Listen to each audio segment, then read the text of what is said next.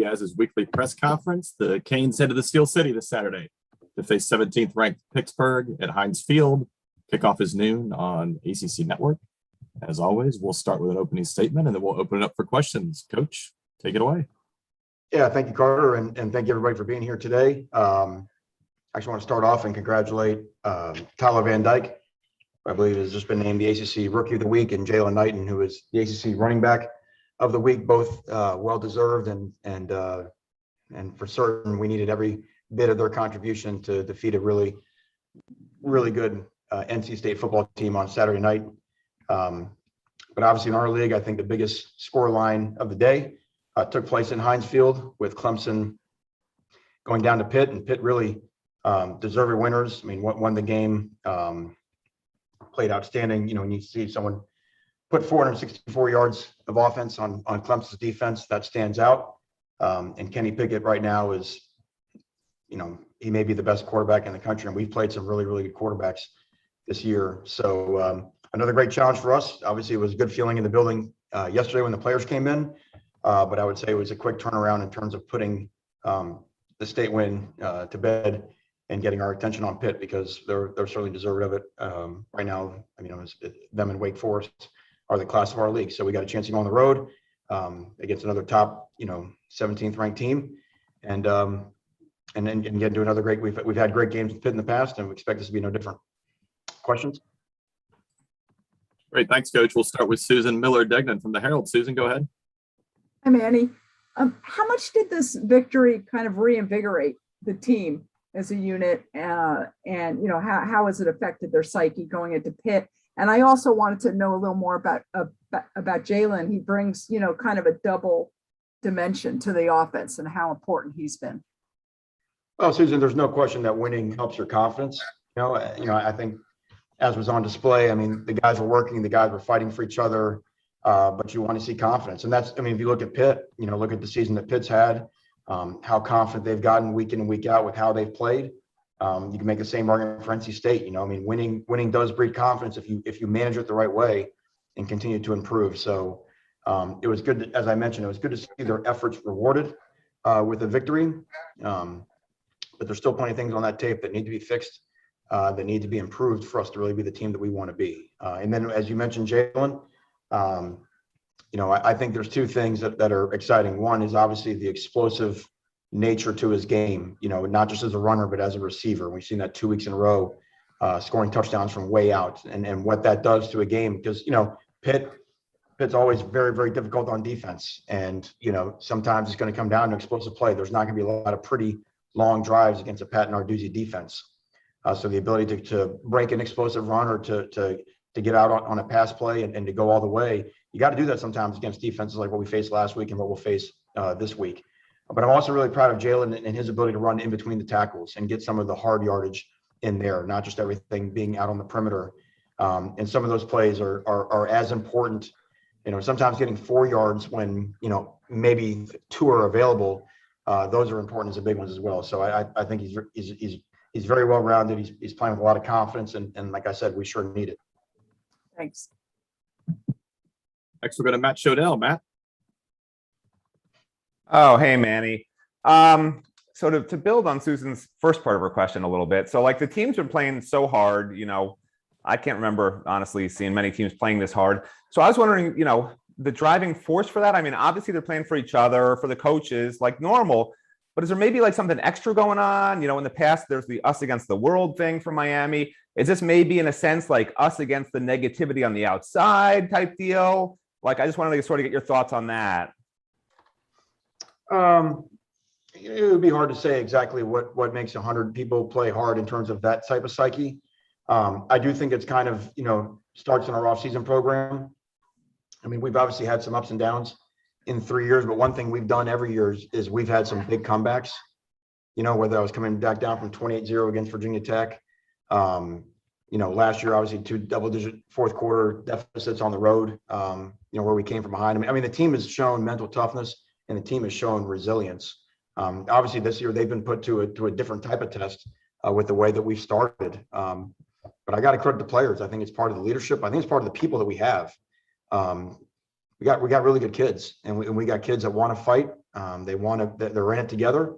And I think it's that mix of old leadership and young guys, giving us a boost that's really helped us, through these last few weeks. Next, we'll go to Tim Reynolds. Tim, go ahead. Thanks, Carter. I'm having a video issue, so sorry, Manny. I hope you can hear me at least.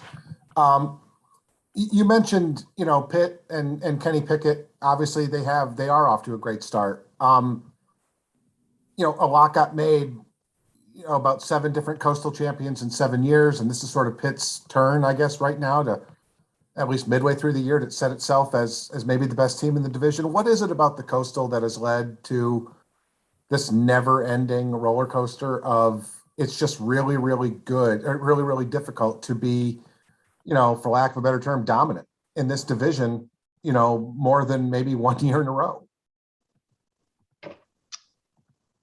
Trying to think of a good way to put it. And I'm trying to think broadly, more broad than our division and more broad than our conference. You could probably make an argument that in any league around the country, that unless you have a team that, there are certain programs that right now that have that are in that top 6 mode, that have been that top 6, top 8 mode, and have been there now for a bit of a run. And those teams usually dominate those conferences. And then what's left is, if you don't have one of those teams, then you're probably gonna have a lot of parity. You're probably gonna have different types of champions.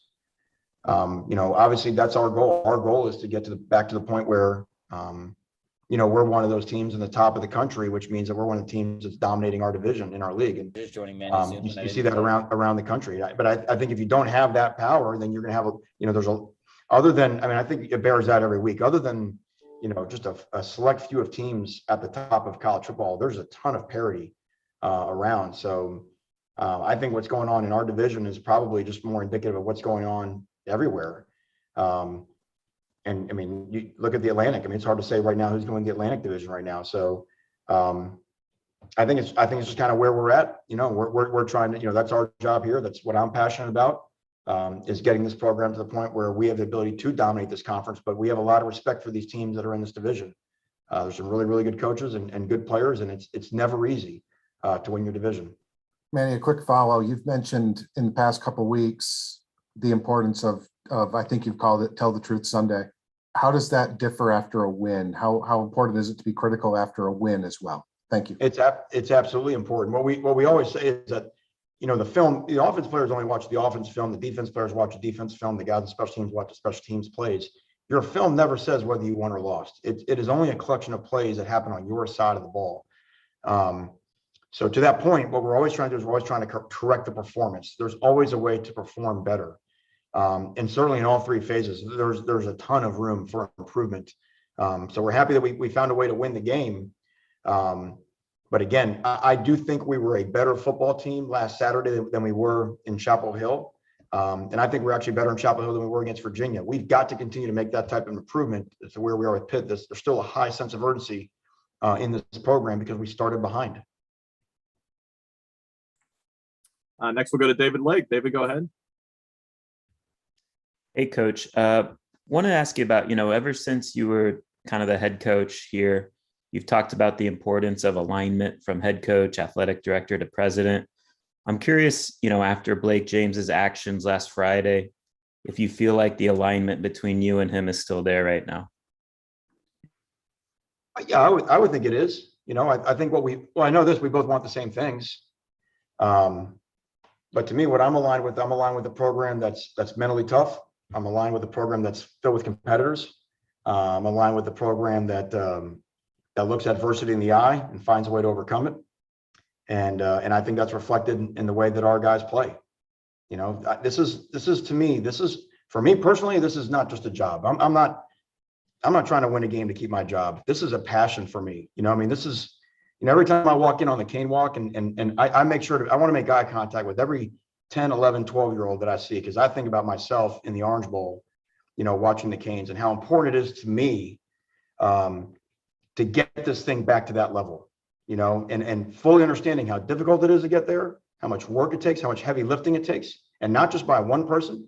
It's a staff, it's the program, it's the entire university, it's our network of donors. It takes a lot of heavy lifting to get back to the top. The biggest mistake is the assumption that it's easy. It can never be easy to be at the top in any line of work. It should be hard. It's meant to be hard. That's what makes it so special when you're there. And I think what's so cool inside our locker room is we have a lot of guys who embrace doing hard things, and I think that's what you've seen on the football field over the last couple of weeks. We want to make sure those results are wins, and that's why we got to get better. We have to coach better to play better. But the other part, and that's why I say the toughness, the resiliency, and the way to look adversity in the eye and to not flinch and not blink. There's a locker room of guys that don't flinch. And to me, that's the alignment I'm for. Next, we'll go to Manny Navarro. Manny, go ahead. Hey, Manny, 2 questions for you. The first one's kind of out of left field just because I'm writing a story specific to them, but American Heritage School, I know you got 2 guys from there in Plantation, and, they've got 9 guys now in the NFL. I think it's 3rd most of any high school in the country. Just curious about what makes that place special. I know Coach Rumpf obviously played a big role in turning that place around. Yeah, I think just from hearing Coach Rumpf talk about it, number one, they've got great leadership at the top part of the school. The school president, they're about the right things. And if you're about the right things, you normally attract the right kids. Well, first of all, you attract the right staff, whether that was Mike Rump or Pat Surtain, and they've got they've always had a phenomenal group of assistant coaches in there. So their kids are going to be well coached. And there's other programs in Broward and Day that are the same way. I don't want to just think, single out Heritage. But they do. They attract really, really talented people. And that's, kind of how you build a great program, right? Like-minded people attract like-minded people. And then once you have a framework and a pattern for success, then now your success sells itself. So you see that with, whether that's, Heritage or STA or, Gibbons or Deerfield or Chaminade. I mean, there's so many programs, across Broward County, Western that have found a way to Dillard's, doing a great job right now. There's a bunch of schools that are finding a way to have some success. And that's, and again, I'm leaving some out, not intentionally, but, that's a big part of it, what wins up there in Broward County.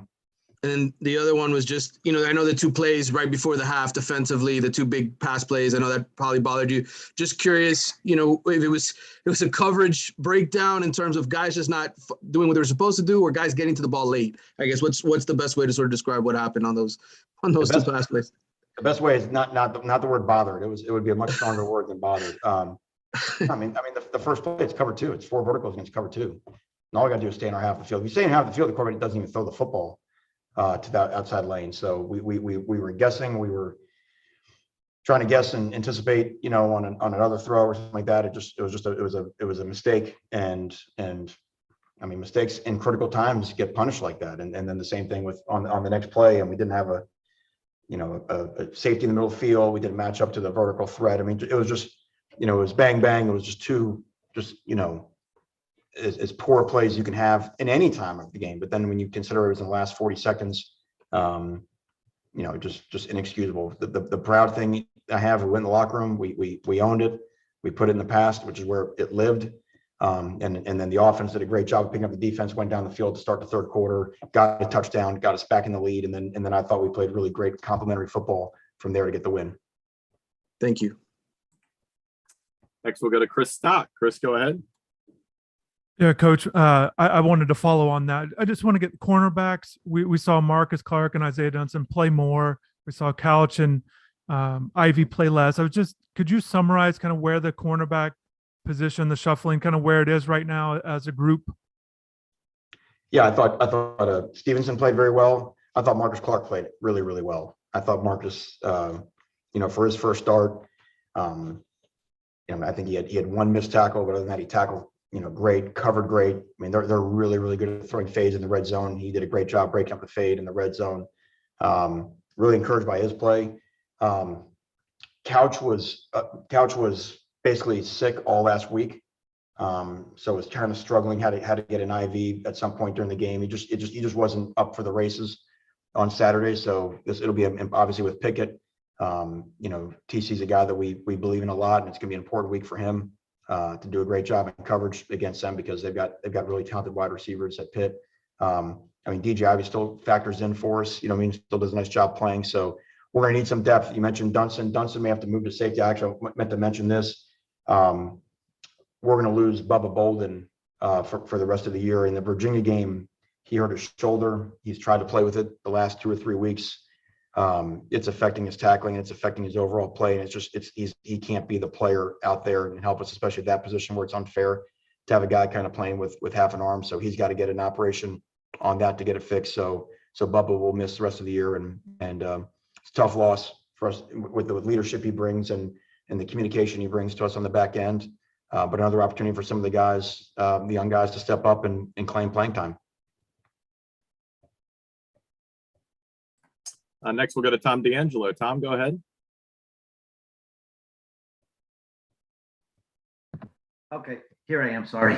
Hey, Manny, anybody who's been in the business as long as you have is going to go through what you're going through right now and what you went through last week, and all kinds of people you don't know, people questioning your job security and can you do this? Can you do that? Because of that, because you know the nature of this business, I don't know how much easier is the word, or how much, because you know it's probably coming at some point, you can just put it out of your mind, not think about it, go on and do your job. How do you, because we know the players were impassioned about saying things about you last week. How do you go about this with all that swirling?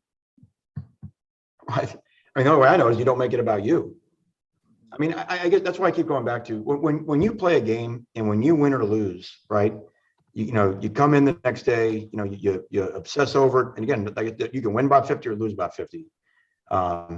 You get with the players, we talked about it before, it's tell the truth Sunday, you go on, but then the competition for the next game, it starts immediately.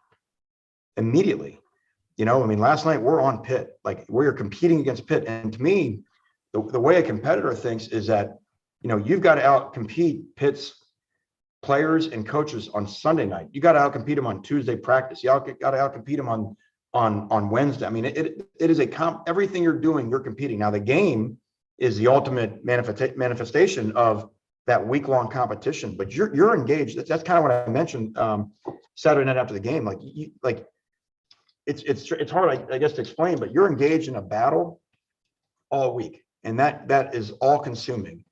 Because all you're thinking about at that moment is what are they trying to do to find a way to beat you, and you got to find everything. You got to make sure that everything is covered, that there's no stone left unturned, or every other cliche you can name. I mean, so it is. That's it. I mean, and that's the great thing. I mean, and that's why I sympathize, because our families deal with it. I understand because they don't during the week. We get to go fix it, and we get to go get into a competition where everybody else has to wait till the next game Saturday at kickoff. So I understand why it's difficult from Monday to Friday. But inside the building, I think the players understand that all we're doing during the week is we're competing to become a better version of what we were a week ago the following Saturday.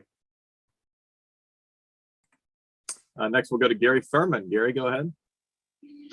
Hey, Manny, I had 2 questions. The first, I guess, since Tom just asked that one, would be an extension of that, in that you've got ballpark 100 players on the team, and they've all got moms and dads and uncles and brothers and sisters and friends and high school coaches. So really you're managing 500-600 people and trying to keep everybody together and on the same page and not pointing fingers and attitudes right and all that. I imagine that just you went 322 days between victories against the Power 5 team. How much does winning help you as the head coach in that challenge of just keeping everybody together? Doesn't hurt, Gary. I'll tell you that much. But I will say this: it does help. But all you have to do is look around the country, even in the portal. Sometimes guys want to play more than they even want to win. So I think it's, I think it's especially important now in the era of the one-time transfer portal, of who you are, being who you say you are to the players, because it's impossible to keep them all happy. There's just more that want to play than snaps you have to give out. And we saw that with the team, in September. I think we're way more settled as a roster than we were back in September, but it's difficult. And I think you got to keep you got to tell the truth, and you got to sell it. And we always talk about critiquing the performance and not the performer, where nothing's personal, and the players have to believe that you're invested in them reaching their maximum potential. But despite all that, they're still going to want to play, and we can't make them all happy. And so you just try to show them as much as possible that we're for them. You try to show them as much as possible, and that doesn't mean everything's unicorns and rainbows. I mean, sometimes being for them is telling them the hard truth, and some want to hear it, some will hear it, and maybe their families don't want to hear it. Like you said, I mean, yes, you are responsible for a large network, but I think the most important thing for our staff is being who we say we are, and being the same people every day. And that's why we try to, we grade everything we do. You show video, which we try to keep it non-subjective, and non-opinions, because Lord knows there's enough opinions to go around on, what this, what that. So we try to measure everything we do, because that way either the film or the numbers, they say what they say. And you've seen that this year with some of the adjustments we've had to make in depth charts. I mean, it's not personal, but there's some spots where if we're not getting the productivity we need, we got to move on. And I'd argue that that's helped us this year. And then as a follow to that, recruiting began with so much promise on June the 1st with the barbecue and the players and the level of players that you guys were able to get out there that day. And obviously for a million different reasons, the circumstances of the season and everything else, it probably hasn't gone by your exact blueprint to this point. Now you're getting closer to December. Can you just give us your summation of where you feel recruiting is and what you guys need to get done here in the next, I'd say, 6-7 weeks? Right. Well, in the summer, what we said was we're going to be really selective in terms of taking commitments. And we were, but we really pushed the quality of the commitments. And people would say, oh gosh, they don't have many commitments, but the average ranking puts them in the top 15 or top 20 or whatever it was. But of course, the collective was going to be ranked lower because we don't have very many commitments, and we just didn't have that way. And we never felt uncomfortable not having that. I don't know with where our numbers are at, how many people we're going to be able to sign in December. Anyway, talking about from high school, it's certainly not going to be anywhere near 25. So for us to pad our class up right now with a bunch of players that we don't feel that maybe are the guys that take us to the top of the mountain just to climb up the rankings or whatever, I just don't know that that's where we want to be. We're about to enter an off season unlike any off season ever in college football history. And we have all been extended 7 more initial scholarships, but I think it's very important. We live in an era now where you have a chance to really dramatically improve your team from year to year, maybe more so than ever in the past. So yeah, and then Gary, also, I mean, sometimes where you're at factors into what the cycle is like locally, and what spots are deeper than other spots per se. So I'm not going to sit here and say, oh gosh, boy, it'd be great if we had 7 more high profile kids committed. Of course that'd be better. So I'm not trying to make it like that's not true, but there's still some really, really high profile guys that we've been running the whole race on that we know not going to decide to the end. I don't think this time, I know this time last year, we didn't have James, we didn't have LT, and I'm not even sure we had Jake Garcia this time last year. Those were game-changing guys that we were able to get at the end, and that transformed our class. So if we had sat and had this conversation, I mean, of course, the record was going better a year ago. If we had this conversation a year ago, I mean, the guys that have really turned that class and took it to a different level, I don't even think they were in the boat yet. So the big key is this, Gary, is that and this is the thing, look, when we don't play well, certainly that's going to provide some challenges. And the challenges always come from the teams recruiting against us. There's a lot of reasons to recruit against the University of Miami. Everyone that comes down here wants to see us fail. But that's another layer to when we turn on ourselves. When I say we, meaning Miami, when we turn against our program, all we do is scare recruits away. That's all we do. All we do is make it more difficult to recruit down here, instead of the opposite, encircling the wagons and more of that don't flinch mentality. So I get it. I know the results have to be, it's a results business. I understand that, but the results come as the recruits come. And you're seeing that this year. I mean, you see the impact, some of these impact freshmen. All I do is look at the game on Saturday. So, I think things are going to be I think where we stand today in October will look very different in December. But the main thing to me now, given the current structure of college football, is who are the 85 guys that run up onto the field the first day of practice in August? Because that's your football team you got to go fight with. And there's a lot of, like I said, we're in a new era right now, and I'm curious to see how that goes. Next, we'll go to Kobe Price. Kobe, go ahead. Hey, Manny, kind of focusing back on the safety room, especially with Bubba's injury, keeping him out for the year. I guess, where do things stand from a depth chart standpoint in terms of rotations? I don't believe we saw Gervin out there against NC State. I think you said, my connection been a little spotty, so I think you said Dunson's going to move to safety. I guess, where do things stand? And I guess also Avonte, how much more do you anticipate him getting? Yeah, Avonte got a lot of reps on Saturday, or he was able to play in our third down package Saturday. Gervin did play special teams, and I think Gervin's can have a role to play going forward. We do think Dunson can help us at safety, and then obviously James and Cam. So I think that gives you four or five capable guys, not just in terms of playing the two safety positions, but when you talk about sub packages and nickel and dime and things like that. So like I said, I don't think it's just one guy replaces someone like Bubba, but I think we feel good about the depth we have and the way that we've been developing. I think it's been very difficult. I think T-Rob's and DVD both. DVD get Marcus ready to go, and T-Rob with those two young freshmen. Now it's hard to play two true freshmen at safety. That's we did it with three linebackers here, back in 2016, but to do it with two safeties that doesn't happen very often. And the way those guys play, they're not perfect, and they know there's places they need to improve. But to go out there and to be able to function and not have bust and cut guys loose and that type of thing has been impressive to see. We've got time for two more. We'll go to David Lang. David, go ahead. Hey, Coach. Wanted to talk to you about two plays at the end of the game and see if maybe it has a little something to do with momentum. The first play was the last tackle when NC State had the ball, a really solid open field tackle. The team's had trouble tackling all year, but they make that play. And then the second play was Tyler Van Dyke throwing that last first down before you guys can kneel it down. How do you take the success of those two moments and carry it forward this week to Pitt? How does that help confidence?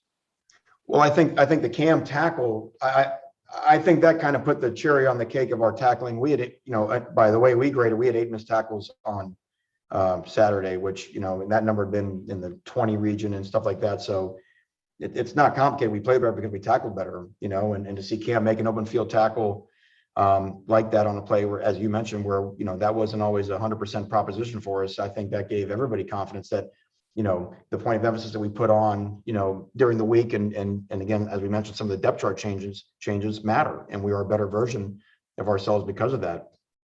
I think the sequence when we were on offense, I think was in line with kind of our thought process during the course of the game. We had to be aggressive. To me, when you're up by 1, and certainly State had 2 timeouts, but there was about 2:40 left, something like that. Punting them the ball with 1:40 left in the game, with the way that they can score. Notwithstanding the mess at the end of the first half, but the way they can throw the ball and the way that they can score. When you're down by, and they need a field goal to win, so our mentality is, if we're up by 1 late in the game, it's as if the game is tied. We still got to be aggressive. So we had a run on first down. They blitzed off the edge. We kind of missed a block. You see on film, there's a gap. We thought we could spit it out there. Didn't get it done. Second down, we were going to sprint out and throw the football. A safe pass. But if it wasn't there, which they did a nice job taking away, we didn't want to throw the ball away. Of course, we got to keep the ball running. So Tyler, sort of takes a sack. We lose a couple more yards than we wanted to. But then we get there in a 3rd and long, and you've seen that a million times where somebody just runs a draw, they punt the football, and and now here it goes. They have no timeouts, but they've got the ball. And the premise is you can only score in this game with the football. That's obvious, but it's still true. And we ran a play. We knew they'd be in maximum coverage. We thought they might be expecting a run, but they're going to play an 8-man drop. And we had run this play twice earlier in the game, and we got Mallory running a crossing route, and they're going to cover Mallory. But Jalen Knighton is running underneath of Mallory. So if they cover Mallory, you can dump it to Jalen. We converted a 3rd and 10 on that play earlier in the game. Now it was even hard to get 14 or 15, whatever we needed, but that was going to give us our best chance against a drop 8, sort of prevent coverage. And football gods are funny. For whatever reason, they didn't cover Mallory. Now, the coolest part of the story, and I did mention this, is that a vet quarterback would have said, we've already run this twice. They covered Mallory both times. I'm going to Jalen. And for Tyler to trust his read and it happened. It was like the parting of the Red Sea. And all of a sudden, Will breaks over the middle of the field and stick it on him was big time. And then Will did a great job. He kind of throttled down because he was open in the middle of two, zone defenders. And so happy for Will, who obviously played great Saturday, to make that play after some of the ups and downs he had early in the season. For him to make that play and get that first down, I thought it was a great play call by Rhett, but a great trusting his progression by Tyler. And that's some vet stuff. Rookies don't really do that. And certainly not rookies in their third game against the number one third down defense in the country. So NC State will bemoan the fact that they left them wide open. The ball would have gone to Jalen had it done, but sometimes, fortune favors the bold. And we'll wrap up with David Wilson. David, go ahead. Hey, Manny. I wanted to ask you a little more about Avonte. It seemed like he was in there basically on every kind of third and long you guys had. So obviously you feel really comfortable with him in that role, I would assume. Just where is he kind of at? What's he kind of I would assume he's going to have to play more now with Bubba out, but just where's kind of your comfort level with him and all the different things he can. He will. I'll tell you, actually probably got in a little bit more than we thought he would on Saturday. Avonte is drinking out of a fire hose right now a little bit, trying to get up to speed with the rest of the guys. But I'm going to say this in the best way possible. We didn't notice him on Saturday. and sometimes, like, with DBs or like offensive linemen, if you don't notice them, it's kind of actually sometimes a good thing. I mean, certainly, you want to make PBUs and interceptions and whatnot, but that just means that, more often than not, he was where he was supposed to be. He did his job. And again, as we kind of say around here, when talented guys do their job, usually the talent will come out. So proud of him for that. But I think, again, whether it's on our dime package, getting more comfortable with the base defense, depending on what the game plan is that week, I think that's kind of where that's sort of the platform to grow off of. And then special teams where he played as well. Great. Thank you, Coach. Thank you, everybody. We'll see you later this week.